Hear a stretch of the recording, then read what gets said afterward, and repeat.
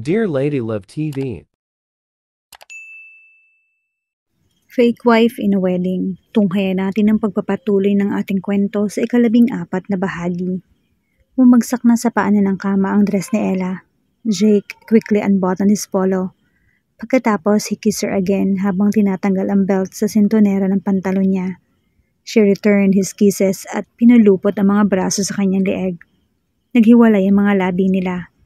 To the bed, Jake murmured, pulling up her ass para mabuhat si Ella nang nakapulupot sa bewang niya ang mga binti ng asawa.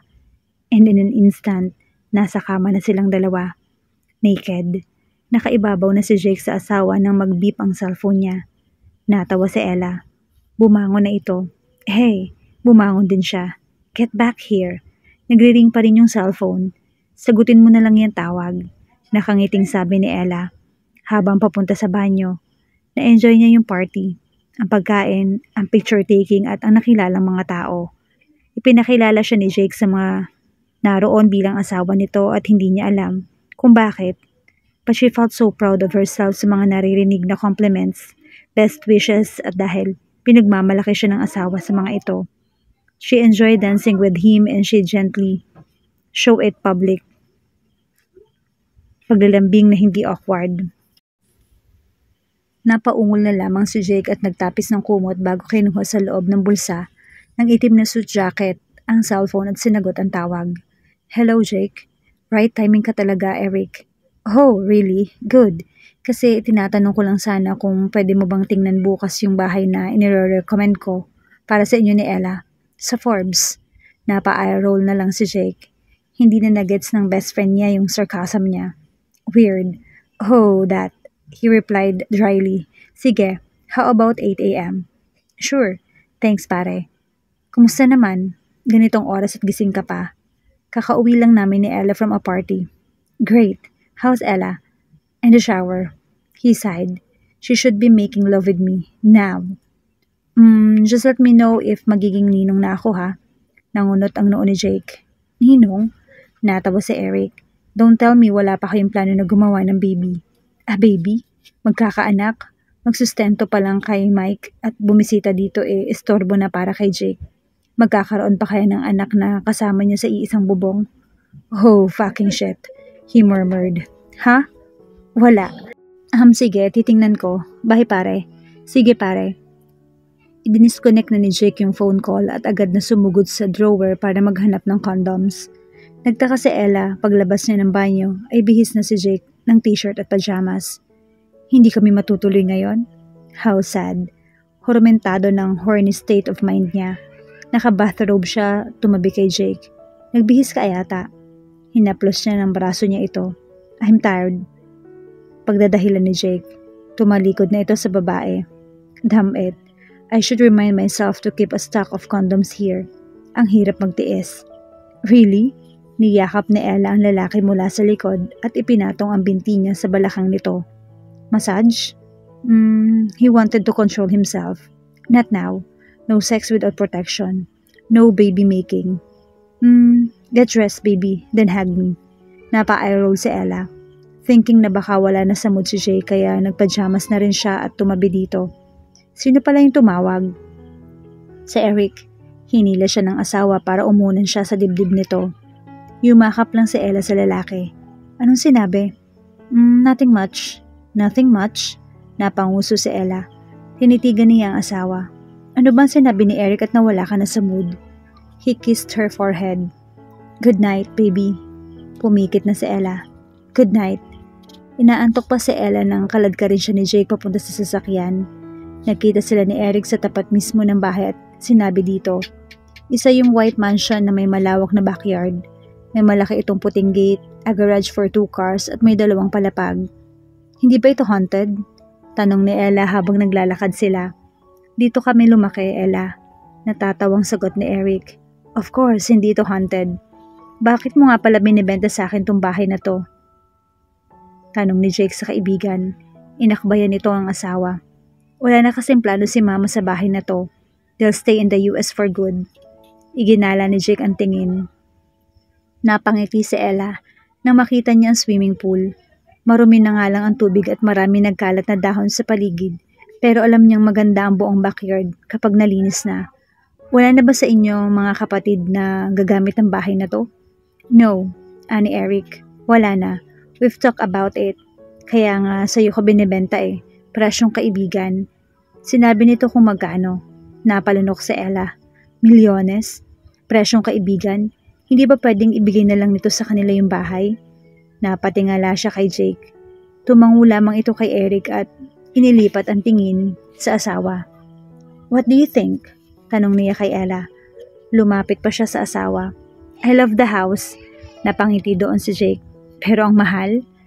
Nilingon nila ni Eric na nakalayo na pala ng lakad. Akala kasi nito ay kasunod pa rin nito ang asawa. Bargain na yon, sabi ni Jake. Bargain? Parang barya-barya lang yung pinag-uusapan nila kung makapagsalita itong si Jake. Look at this yard, pare. Tawag ni Eric sa atensyon nila. Naalala mo nung nagtatakbuhan pa tayo dito? Ngumisi si Jake. Hell yeah, syempre pare. Na-imagine ko na ang mga inaanak ko na nagtatakbuhan dito. Parang hihimatayin si Jake sa pamumutla niya. Damn you, Eric. Hindi dapat nito binibigyan ng ideya si Ella na dapat na sila magka-baby. Napatingin si Jake kay Ella na nakangiti lang. At ang ngiting iyon ng asawa, may na-realize siya. Hawak ni Jake ang kamay niya na nakapatong sa isang tuhod nito sa loob ng kotse. Napatitig si Ella sa lalaki. Weird kasi, maaliwalas na ang mukha nito habang nagdadrive ng sasakyan. And seriously, nakahawak ito sa kamay niya. Pagkatingin sa kamay nila, tinitigan niya ulit ang mukha nito. Kanina ka patingin ng tingin, ani Jake. Hindi ka pa ba nasasanay sa kagwapuhan ko? Napailing siya at tumingin sa unahan. Hanga na ako sa taas ng tingin mo sa sarili mo, Jake. Natawa ito. Humigpit ang hawak ng kamay niya habang nasa steering wheel ang isa pa nitong kamay. Well, Ella, I will be buying that house. Hopefully, paglipat natin doon may anak na tayo. Oh my gosh, anak, let me think. Ilang weeks pa lang kaming kasal. Ni hindi pa namin na-work out yung issue namin. Napatitig siya kay Jake. Kung mahal na ba namin yung isa't isa? Napalingon sa kanya ang lalaki kaya namumulang nag-iwas agad ng tingin si Ella. Hindi pa rin nagbabago o napapalitan ng point of view niya tungkol sa kasal. Ikinasal ang dalawang tao dahil sa pag-ibig. Oh yes, masyadong hopeless romantic yung dating at hindi na rin niya maunawaan ng sarili kung bakit komportable na siya kay Jake sa dami ng nangyari sa kanila. Teka, bakit ba ganito yung mga ipinagtatatanong niya sa sarili? Why? Napatitig siya ulit kay Jake. Do you feel pressured? Naapuhap niya itong itanong dahil naalala niya si Eric. At sinabi nito na gusto na nitong magninong. Nagpakawala ng tawa si Jake. Hell no, nagdadalawang isip pa siya na sabihin ito kay Ella. But he did anyway. In fact, he changed my mind about it. I changed your mind? Ayokong magkaanak tayo, Ella. Ouch. Pero kanina nung sinabi ni Eric na nai-imagine niya yung mga anak natin na nagtatakbuhan, ngumiti ka. It was different, Ella. It made me think na siguro magiging masaya ka. Paano naman ngayon na involve yung happiness ko dito? Jake stopped at a red light. He glanced at her. I want this setup wedding to work out. Kasi hindi ka argumentative type of person. He grinned. I use the term confrontational. Nagmamaneho na ulit ito. He let go of her hand this time. Natahimik siya sa sasakyan. Then Jake spoke again. When you smiled, my mom used to smile that way nung ipinagbubuntis niya si F. Napatitig dito. Ang asawa. F was Jake's younger brother. Kailan lang sila nagkakilala. Hindi ito nakasama nung reunion. Pareho siguro kayo nang na-imagine about kids running in the yard. But I am glad pareho lang tayo na ayaw magkaanak. Now, I am really relieved. Kumain na lang sila sa labas bago umuwi sa bahay. Jake closed the door behind them. Hinila nito si Ella sa braso kaya napaharap siya sa asawa. Yes, tanong niya dito. He pulled her close, planting a soft kiss on her lips na ikinagulat niya. What was that kiss for? Ano naman ngayon ang ginagawa niyang maganda? Do some paperwork for me. That's what the kiss was for. To do him a favor? Okay, tipid niyang sagot. Just keep in mind that this man is your legal husband.